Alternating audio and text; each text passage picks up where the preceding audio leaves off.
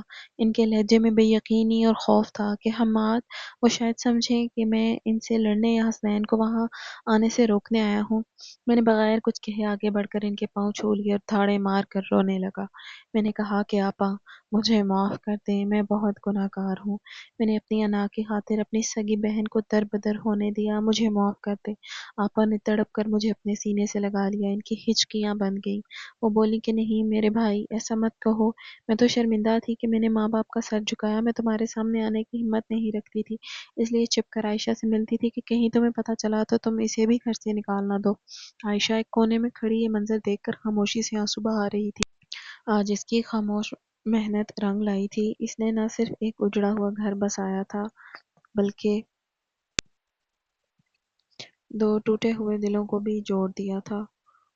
میں نے آپا کا ہاتھ پکڑا اور کہا کہ آپا ایک منٹ بھی آپ یہاں نہیں رہیں گی، یہ حماد کا گھر آپ کا گھر ہے، وہاں آپ کی جگہ ہے، آپ کے بچوں کا مستقبل وہیں بنے گا۔ آپا نے ہچکچاتے ہوئے کہا مگر حماد، لوگ کیا کہیں گے؟ محلے والے باتیں کریں گے کہ بھاگی ہوئی بہن واپس آ گئی ہے۔ میں نے ان کے آنسو پہنچے اور مضبوط لہجے میں کہا کہ آپا لوگوں کا کام ہے کہنا، میرا کام اپنی بہن کی غیرت کی حفاظت کرنا ہے۔ میں دیکھتا ہوں کون آپ پر انگلی اٹھاتا ہے۔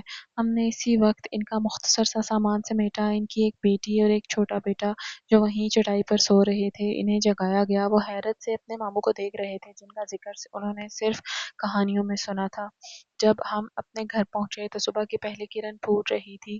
میں نے عائشہ کا ہاتھ تھاما، اسے سب کے سامنے مخاطب کیا کہ عائشہ آج میں نے صرف اپنی بہن کو نہیں پایا بلکہ میں نے تمہیں بھی دوبارہ پایا ہے۔ میں نے تم پر شک کیا، تمہیں بد کردار کہا، مگر تم نے بدلے میں مجھے میرا خاندان واپس دے دیا۔ تم اس گھر کی ملکہ ہو اور آج سے اس کا گھر ہر فیصلہ تمہارا ہوگا۔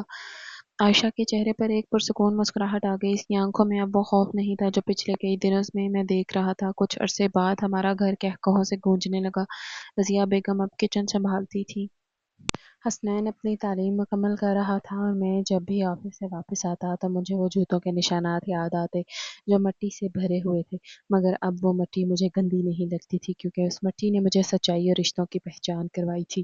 شک کا زہر ہنستے بستے گھروں کو اجاڑ دیتا ہے مگر تحقیق اور اعتبار رشتوں کو نئی زندگی بخشتی ہے۔ ہر وہ چیز جو مشکوک نظر آئے ضروری نہیں کہ وہ بری ہو۔ بعض اوقات پردے کے پیچھے ایک ایسی نیکی چھپی ہوتی ہے جو ہماری سوچ سے بھی بالا تر ہوتی ہے، اور بہن بھائیوں کے رشتے اتنے کمزور نہیں ہوتے کہ ایک غلطی انہیں ہمیشہ کے لیے جدا کر دے۔ معاف کرنے والا ہمیشہ بڑا ہوتا ہے۔ مزید اس طرح کی سبق آموز کہانیاں سننے کے لیے ہماری ویڈیو کو لائک کریں اور شیئر کریں اور ہمارے چینل کو ضرور سبسکرائب کریں۔ شکریہ۔ اگلی ویڈیو تک کے لیے اللہ حافظ۔ خوش رہیے اور خوشیاں بانٹیے۔